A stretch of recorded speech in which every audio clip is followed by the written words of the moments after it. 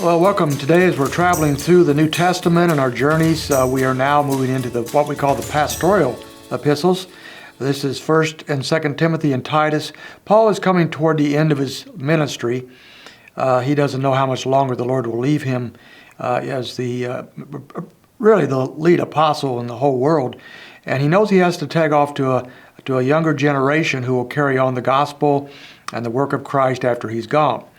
And the Lord, by his inspiration through the Spirit, has Paul pen 3 different epistles that will help us there, not only for Timothy and Titus, as we'll look at those books, but also for us as we go forward. What does the Lord want his church to be about? How should the local church function? What are the important ingredients? And so these epistles are very important to us in that regard. We start with 1 Timothy. Now remember, Timothy was a traveling companion with Paul.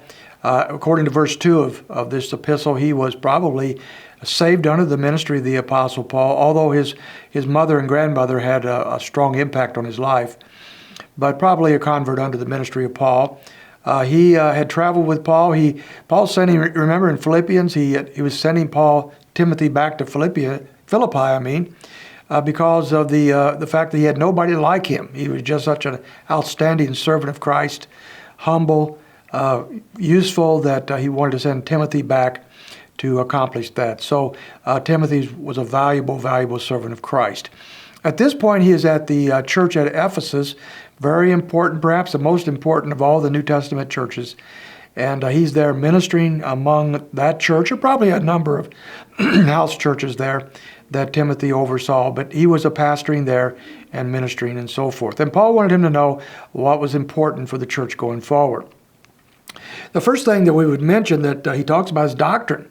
Doctrine is throughout this book mentioned many times, but it's not just a doctrine that concerns our intellectual knowledge and understanding. It's also, as he says in verse 5, he says, "For the goal of our instruction is love from a pure heart and a good conscience and a sincere faith." So it's a doctrine that changes lives, a doctrine that transforms us, a very applicable doctrine that Paul is talking about throughout these epistles and throughout the scriptures as far as that is concerned. And he's also concerned about false teachings and false doctrines. The very next verse, verse 6, he says, "For some men, straying from these things, have turned aside to fruitless discussion." Then he goes on to talk about that. Actually, in chapter 4 of the epistle, he gets more detailed. He says, "But the Spirit explicitly says that in the latter times some will fall away from the faith, paying attention to deceitful spirits and doctrines of demons." And so he calls these false teachings doctrines of demons. Notice that's plural. There are many, many false teachings that come out of the demonic worldview. And he calls them deceitful spirits to boot. So this is a great concern on Paul's mind, that false teachers were infiltrating the church of Christ, even here in the first century. And Timothy, as their leader, was to guard against that and warn against that with the people. So he's concerned about doctrine. He's concerned about false doctrine. In chapter 3, he's concerned about leadership. In 1 Timothy and in Titus, we have the qualifications of an elder. What is the qualifications for those who would lead the church of Christ?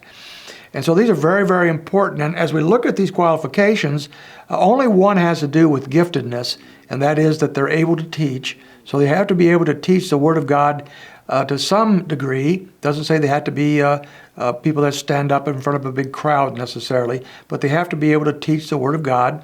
But the rest of it is quality characteristics. What kind of people are these? Are these godly men? And he gives a whole list of those in chapter 3, verses 1 through 7.